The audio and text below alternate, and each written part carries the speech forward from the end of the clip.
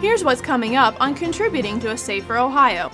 Just the sheer number of cases that are coming forward now because we're looking for a problem that we weren't looking for before. Ohio continues to lead the fight against human trafficking. And whether you're a beginner or an experienced rider, Motorcycle Ohio wants you to ride smart. Our site has all the classes all across the state. Just click on what county you're in and everything comes up. Sign up for a basic class and get some training with us. Private Investigator Security Guard Services is working to bridge the gap between law enforcement, private investigative, and security professionals and the public. So the online system that we've developed is sort of a streamlining process for them. It's intended to make things easier for our customers as well as us. These stories coming up on this episode of Contributing to a Safer Ohio.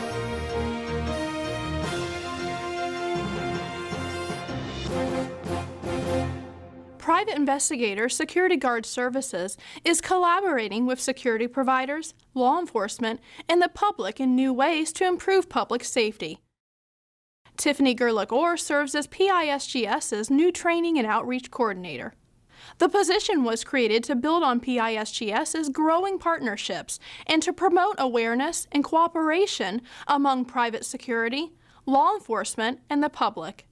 PISGS licensed more than 800 companies with 21,000 employees that provide security and investigation services across Ohio. They secure shopping centers, schools, entertainment venues, workplaces, government buildings, power plants, and other critical infrastructure. PISGS created this new position, the Training and Outreach Coordinators, so that we could basically reach out to licensed providers as well as the general public to inform them of the responsibilities of licensed security guard companies as well as private investigator companies. The Ohio Department of Public Safety encourages collaborative partnerships and cooperation between law enforcement, private citizens, and the private investigative and security professionals. There are many training programs and exercises available to law enforcement, fire and emergency medical services, and private security companies, but historically those groups have not had many opportunities to train and exercise together. Recently, PISGS developed monthly informational seminars for newly licensed providers. What we are trying to do is provide this information to the licensed providers before they are in a situation where they're violating the law. We want to make sure that they know exactly what is required of them as a licensed provider so that they can work within the law and that we don't end up having to follow up with them as an enforcement issue. For the first time, PISGS partnered with private security providers as well as Ohio Homeland Security, Ohio Emergency Management Agency, and local and federal first responders to conduct active shooter tabletop exercises. Bringing in the law enforcement, the fire departments, the Red Cross, the EMS personnel, working together as a team in case something of this matter would happen. It's better to plan ahead. Based on the exercises, PISGS is building an active shooter exercise toolkit to support future exercises with security providers at other malls around the state.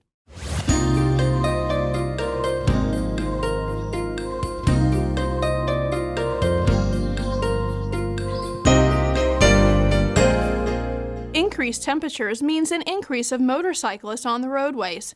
Keeping our roads safe is the responsibility of motorists and riders alike. Well, the Ride Smart campaign is to ride sober, to ride motorcycle indoors, ride alert, to ride with all the gear all the time, and to ride trained. On May 19, 2015, Melissa Ritz realized the importance of the Ride Smart campaign while riding her motorcycle on her way home from the doctor's office. Melissa slowed down to avoid a car turning left into her path. As she slowed to avoid the first vehicle, a second vehicle turned left and she ran into the side of that vehicle while traveling at an estimated 35 miles per hour. As soon as I impacted, I was knocked unconscious. My right arm was broken, and the ligaments in my left thumb were torn. And even with my full face helmet, I had a black eye and a fat lip and a serious concussion, and it broke my sunglasses inside the helmet.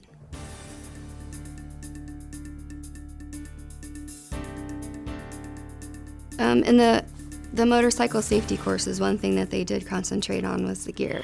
Wearing all the gear all the time, not only do we endorse you wearing a helmet, but we also talk about you should be wearing a good sturdy jacket, gloves, eye protection, sturdy pants, and good boots to ride with. Not only you're more comfortable with that type of material on, but it also, if you have some type of mishap, you have a good chance of lessening the rate of injury to yourself. On the day of the accident, I had on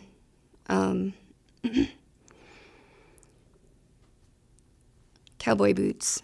So they were like mid-calf, and I had jeans and a leather jacket and a leather vest and a full face helmet and leather full finger gloves. And they all worked together to help not only save my life, but save my body.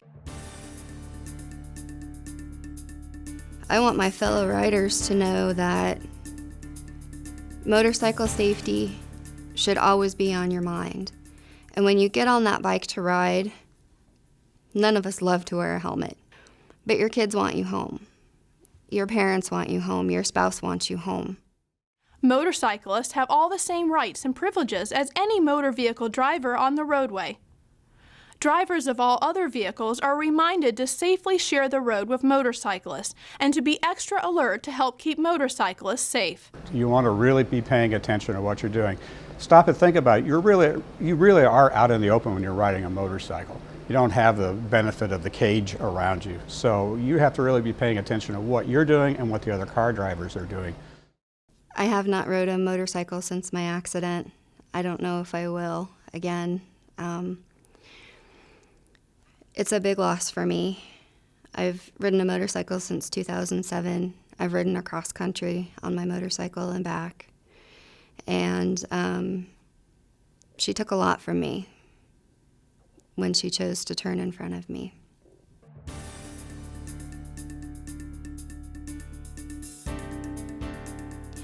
I would like to say to other drivers that it's important that you pause and take that second look.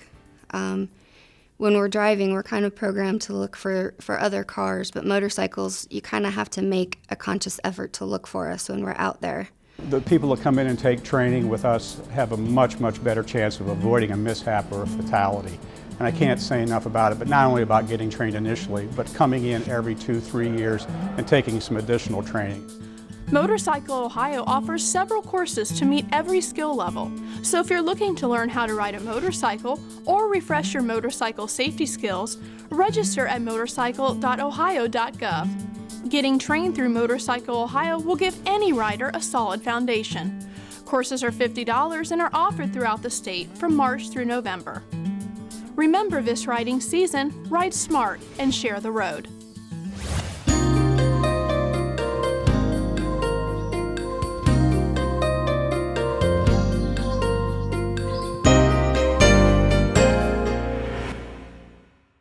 Between July 2013 and December 2015, the Ohio Network of Children's Advocacy Centers identified 198 cases of minor and young adult victims of trafficking. The majority of victims were females between the ages of 13 and 18. Ohio public safety advocates know the devastating impact human trafficking can have on survivors and recognize the efforts of federal, state, and local partners in combating this crime that has infiltrated Ohio communities. Ohio really has come a long way, and I'm the first to say that we have a lot to do, right? Because we have all these awareness efforts, because we're talking more about the crime, we're finding more victims, which means we need to give help to more people. But at the same time, really and truly, we get calls from other states all the time who want to know more about Ohio's model, and that's a really cool thing that I think a lot of people can get credit for, and that's been really exciting.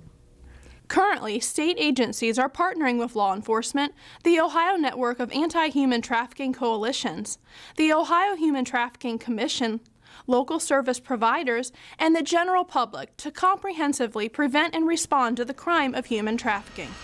We just recently partnered with the Columbus Airport to create human trafficking training for all of their employees. And that's just been a really incredible partnership, really in many ways led by the airport. They're so excited to get the word out. They've just been a fantastic partner because, what an important place. You have people, millions of people coming through every year. We felt that our Police department in its drug interdiction activities does a fairly good job for us. We see a lot of activity and they're very successful in their interdiction efforts. We would like to see the same with respect to human trafficking. We are really newly into the human trafficking subject area and developing our expertise in that area, and so we're working with community partners such as the Ohio Department of Public Safety, such as the Human Trafficking Task Force, and even here at the airport, the TSA, to work to identify human trafficking activities and then to be able to intervene and hopefully get some of these victims out of that terrible situation. Ohio is better positioned to understand the dynamics of exploitation, prosecute offenders, and respond effectively to the needs of victims and increase general awareness of the crime in Ohio. Recently, we took a group of our maintenance and custodial staff through the training video that has been produced for us by the Department of Public Safety and the task force. And afterwards, one of our custodians came to me and said, in the last couple of years, I have noticed 3 situations that I can think of specifically that may have been trafficking situations. I wish I had known at the time what I know now about the indicators and the things to look for and so forth. Ohio's progress in combating trafficking is both exciting and sobering. More victims have access to justice and more offenders are being punished because of a strong state response, a committed network of victim services providers, and trained law enforcement. People are collaborating more. People see that there's a problem, they want to raise awareness about it, and they're getting really serious about protocols and what to do. What do you actually do if you think you see a trafficking victim? Because people are working more closely together, we have better outcomes for survivors and more successfully prosecuted cases. However, these efforts confirm what we already know. More victims will come out of the shadows of exploitation, more intensive law enforcement investigations will be necessary to lock up traffickers, and more trauma-informed care will need to be made available for survivors. It's been really exciting to see how law enforcement has stepped up to embrace that role in so many ways throughout the state, how our victim service providers are now working so collaboratively with law enforcement throughout the state. I do think more people are getting help, but as we find more people, we're going to continue to need to think about how to make sure people are getting help when they need it. For more information on Ohio's fight in human trafficking, please visit our website.